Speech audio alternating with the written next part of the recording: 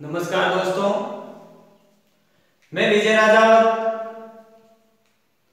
आपको राजस्थान जीके का अध्ययन करा रहा हूं। राजस्थान जीके के अंदर मैं राजस्थान के लोक देवताओं के बारे में अध्ययन करा रहा हूं। मैंने पिछले वीडियो के अंदर राजस्थान के लोक देवता वीर तेजा जी के बारे में चर्चा की थी, देव नारायण जी के बारे में चर्चा की थी और उनको समापन किया था। अब हम आज जो बचे हुए लोक देवता हैं उनके बारे में अध्ययन करेंगे और जो भी मेरे इस YouTube चैनल पर नए हैं वो इस वीडियो को लाइक एंड सब्सक्राइब कर देना। आज के लोक देवता है जिनका नाम कल्लाजी राठौड़ है। कल्लाजी राठौड़ के बारे में कहा जाता है कि कल्लाजी राठौड़ ये बहुत शक्तिशाली लोक देवता थे, बहुत बहादुर लोक देवता थे और इनके सहयोगी जेमल, ये जेमल के भतीजे थे और जो मीराबाई थी वो कल्लाजी राठौड़ की बुआ थी। कल्लाजी राठौड़ का जन्म सामीनामा में 1544 ईस्वी के अंदर हुआ था। अब हम उनको विस्तृत रूप से अध्ययन करने की कोशिश करेंगे। राजस्थान के लोक देवता कल्लाजी राठौड़, कल्लाजी राठौड़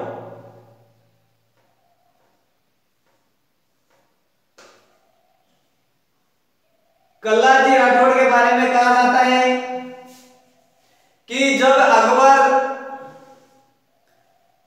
मेड़ता में जेमल और कल्लाजी दोनों सहयोगी थे, यानी कि जेमल के भतीजे थे। कौन? कल्लाजी राठौड़। जब जेमल को अकबर कहता है कि मेरी अधीनता स्वीकार कर लो, लेकिन जेमल बता उनकी अधीनता स्वीकार नहीं करता है और वो मेड़ता के किले को छोड़कर चित्तौड़गढ़ की ओर चला जाता है। किनके साथ में? कल्लाजी राठौड़ के साथ में। कल्लाजी राठौड़ के साथ में चले जाने के बाद में पीछा करते हुए अकबर चित्तौड़गढ़ पहुंच जाता है। वहां पर पहुंचने के बाद वहां के शासक उदय सिंह, चित्तौड़गढ़ में उदय सिंह थे, प्रताप सिंह राठौड़ थे। उदय सिंह जब अकबर वहां पर आक्रमण करता है चित्तौड़गढ़ के किले पर, तब चित्तौड़गढ़ के किले का बार जेमल और कल्लाजी राठौड़ को दिया जाता है। देने के बाद जब अकबर यहां पर आता है, उदय सिंह को वहां से फरार कर दिया जाता है। अकबर वहां आने पर इनके जेमल भता के पैर में गोली लग जाती है। आक्रमण के दौरान गोली लग जाती है।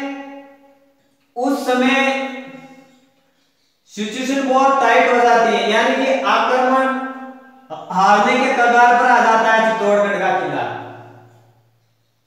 वहां की रानियां सब जोर कर लेती हैं। जब जेमल और कल्लाजी राठौड़ आक्रमण यानी युद्ध के लिए आगे आते हैं,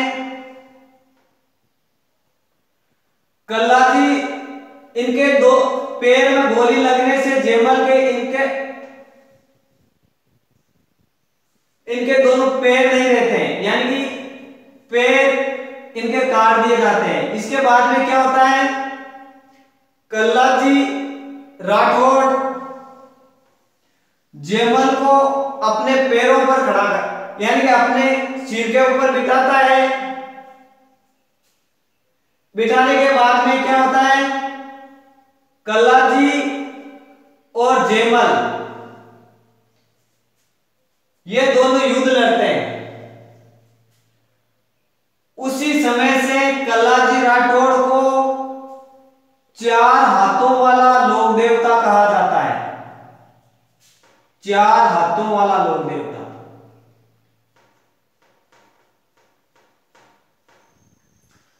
अब हम कल्लाजी राठौड़ के परिचय पढ़ेंगे। परिचय के अंदर क्या क्या आता है उनके बारे में हम विस्तृत जानकारी लेंगे।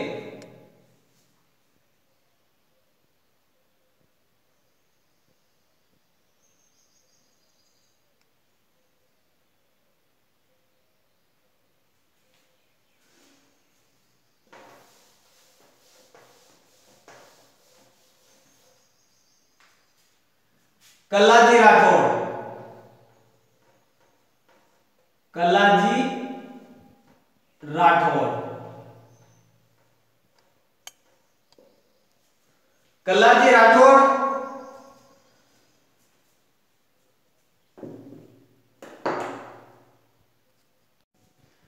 कल्लाजी राठौड़ का जन्म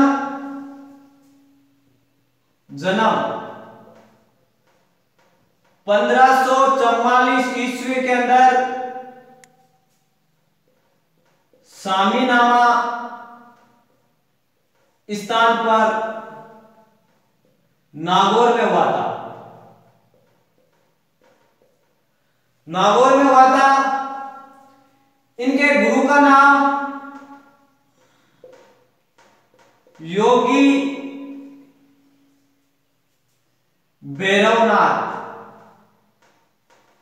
भैरवनाथ था। क्या था? भैरवनाथ था। कल्लाजी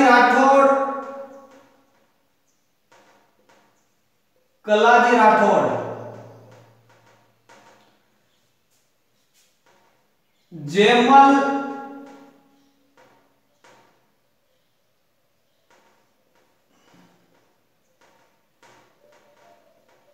मेड़तिया के क्या थे? भतीजे थे।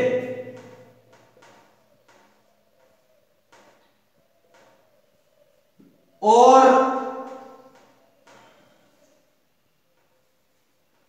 मीराबाई इनकी क्या थी? बुआ थी। किनकी बुआ थी? कल्लाजी राठौड़ का जन्म 1544 ईस्वी में सामीनामा नागौर के अंदर हुआ था। इनके गुरु का नाम गुरु योगी भैरवनाथ था। और कल्लाजी राठौड़ जेमल मेड़तिया के क्या थे? भतीजे थे। और मीराबाई इनकी बुआ थी। इसके बाद में इनके कुछ उपनाम थे। उपनाम क्या क्या थे उनके बारे में हम चर्चा करते हैं।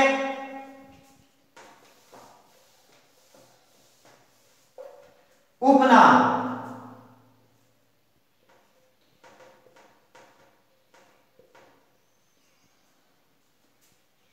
चार हाथों वाले लोक देवता।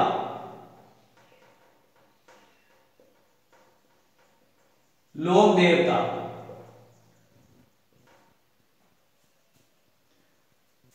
ब्रह्मचारी,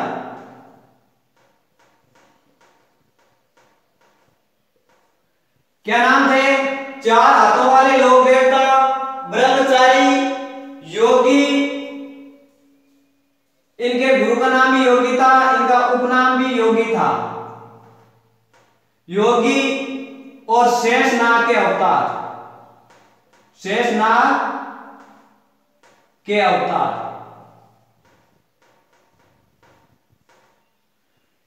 आपसे पूछ लिया जाए कि शेषनाग के अवतार किस लोक देवता को कहा जाता है, तो वो है कल्लाजी राठौर।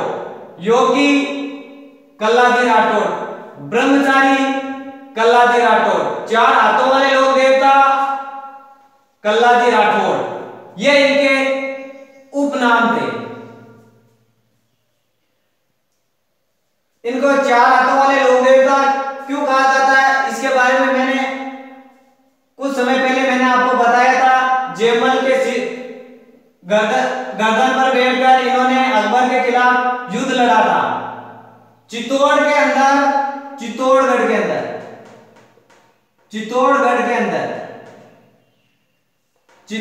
के अंदर तृतीय शाखा हुआ था। कौन सा? तृतीय शाखा कब हुआ था? 1568 के अंदर। उस समय इनके पैर नहीं थे और कल्लाजी राठौर ने इनको अपने गर्दन पर बिठाया था। इसके बाद में कल्लाजी राठौर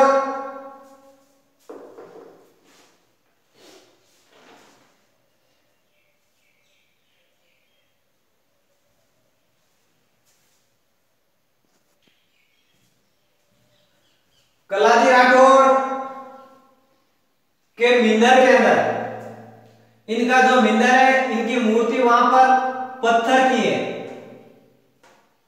पत्थर की मूर्ति है। वहां पर इनके पत्थर की मूर्ति पर अफीम चढ़ाई जाती है। क्या चढ़ाई जाती है? अफीम चढ़ाई जाती है। और इनका कहां पर? डूंगरपुर में।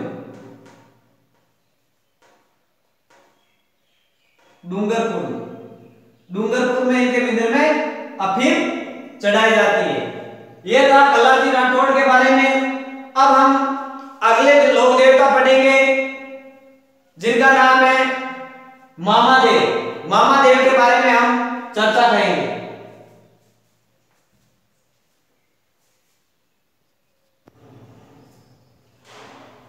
दोस्तों, मामादेव का ज्यादा कुछ नहीं दे रखा है। मामादेव, इन्हें बरसात के लोक देवता कहा जाता है। क्या कहा जाता है? बरसात के लोक देवता। अगर आपसे पूछ लिया जाए कि बरसात के लोक देवता किसे कहा जाता है, तो वो कहा जाता है मामादेव को। और इनको प्रसन्न करने के लिए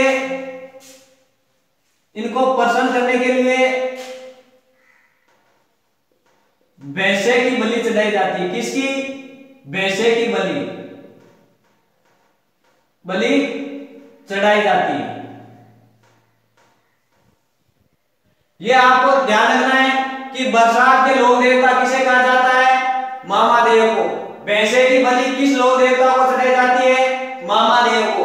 और इनके बारे में कहा जाता है कि जो इनकी मूर्ति होती है, क्या? इनकी मूर्ति पत्थर की नहीं होती है। इनकी मूर्ति होती है लकड़ी की, जिसे कहा जाता है तोरण। यह आपको ध्यान रखना है। इनकी मूर्ति में लकड़ी की मूर्ति होती है, जिसे हम क्या कहा जाता है? तोरण। मामादेव के बारे में कुछ ज्यादा नहीं दे रखा है। इनका आपसे पूछ लिया जाए कि किस लोक देवता के भैंसे की बलि चढ़ाई जाती है? मामादेव को। बरसात के लोक देवता किसे कहा जाता है? मामादेव को। किस लोक देवता की मूर्ति लकड़ी की है?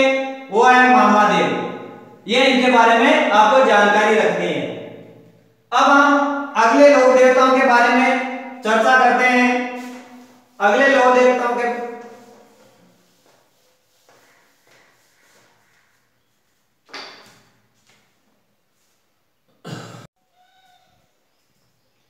नमस्कार दोस्तों, अगले लोक देवता हैं, उनके बारे में हम अध्ययन करेंगे, जिनका नाम है डूंगर जी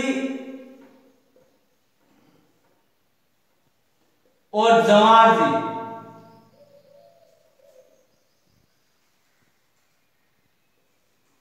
इनके बारे में हम अध्ययन करेंगे। डूंगर जी और जवार जी, इन्हें राजस्थान का रॉबिन हुड कहा जाता है। क्या कहा जाता है? Robin hood. इन्हें राजस्थान का रॉबिन हुड क्यों कहा जाता है? इसका कारण है कि जवार जी और डूंगर जी ये अमीरों से और अमीरों से और अंग्रेजों से जो भी पैसा लूटते थे, कौन? डूंगर जी और जवार जी, ये दोनों अमीरों से और अंग्रेजों से जो पैसा लूटते थे वो गरीबों में वितरण कर देते थे, गरीबों में बांट देते थे।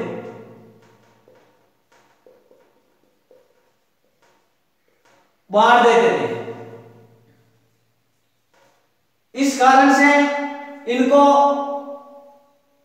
रॉबिन हुड कहा जाता है। और कहा जाता है कि 1857 की क्रांति में इनका बहुत बड़ा योगदान था। किनका? डूंगर जी और जवाहर जी का, 1857 में।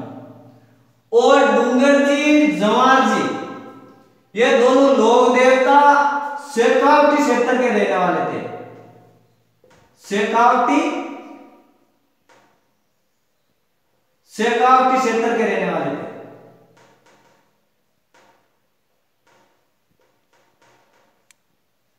शेखावटी क्षेत्र सीकर के। 1857 की क्रांति में इनका बहुत बड़ा योगदान रहा था। इन्हें रॉबिन हुड कहा जाता है। अगर आपसे पूछ लिया जाए कि किस लोक देवता को रॉबिन हुड की उपाधि दी गई, तो वो थे डूंगर जी और जवाहर जी। और ये शेखावटी क्षेत्र के बहुत ही जाने माने लोक देवता थे और इनकी शेखावटी क्षेत्र में पूजा भी की जाती है। इसके बाद में डूंगर जी और जवाहर जी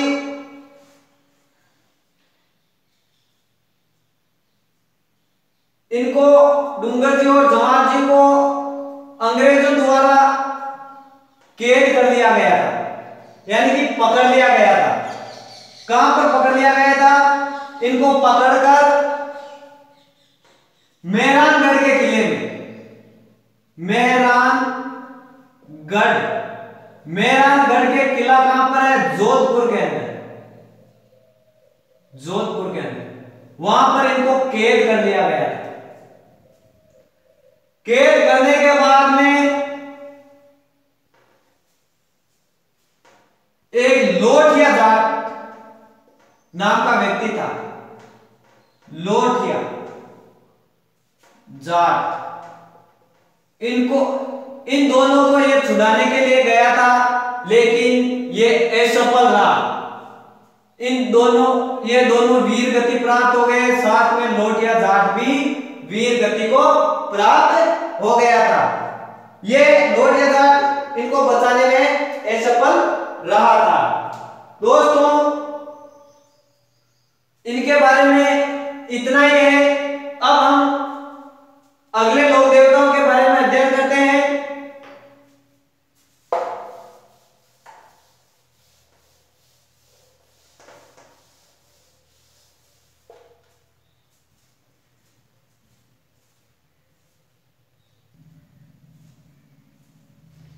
अगले लोक देवता है इलोजी।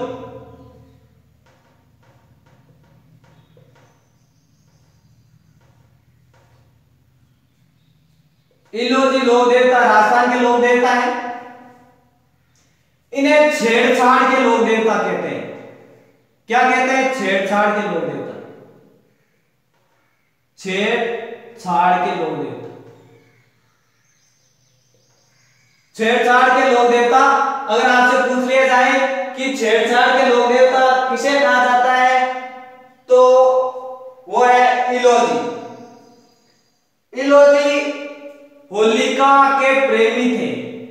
किसके? होलिका के।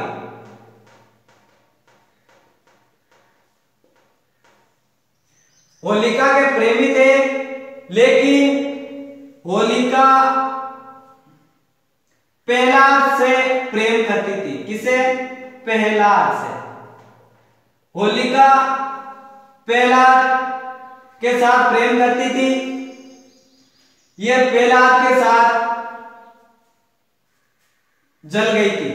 इसके बाद में इलोजी बहुत ही दुखी हुए और ये सारी यानी कि सारी जिंदगी यानी कि सारा सफर इनका कंवारे बिताया था। इन्होंने कंवारे बिताया था। इसके बाद में इलोजी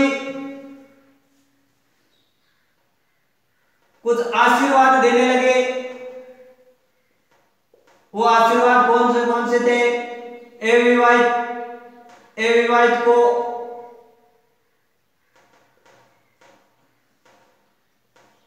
वर और वधू,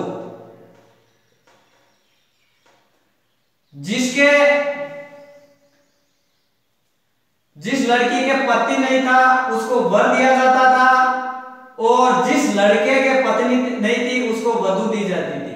यह आशीर्वाद देते थे। कौन? इलोजी। इसके बाद में जो विवाहित थी,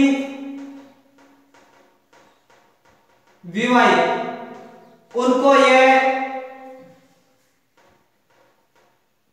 सुखद का आशीर्वाद देते थे। किसका देते थे? सुखद का आशीर्वाद देते थे। और बांझ स्त्रियों को संतान प्राप्ति का आशीर्वाद देते थे। कौन देते थे? इलोजी आशीर्वाद देते थे। और इनकी सवारी निकाली जाती थी होली के अवसर पर। कब निकाली जाती थी? होली के अवसर पर। इलोजी की सवारी आपसे पूछ लिया जाए, इलोजी की सवारी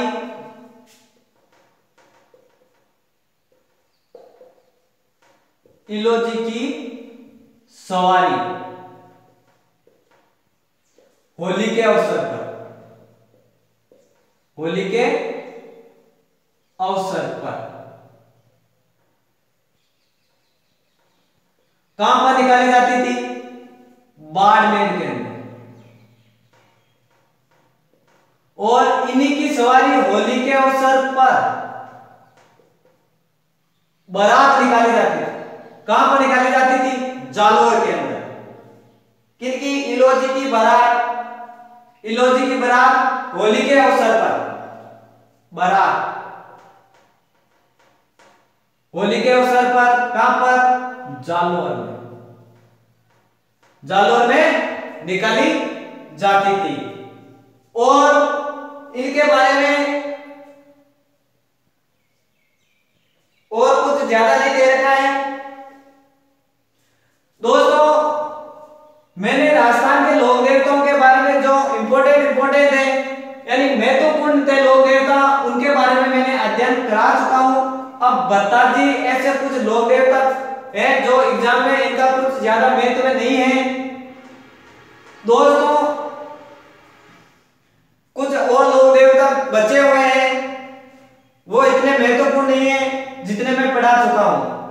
अब दोस्तों, मैं मेरा आज वीडियो यहीं पर समाप्त करता हूं। अगर मेरा वीडियो आपको अच्छा लगे तो इसको लाइक करना, सब्सक्राइब करना। धन्यवाद।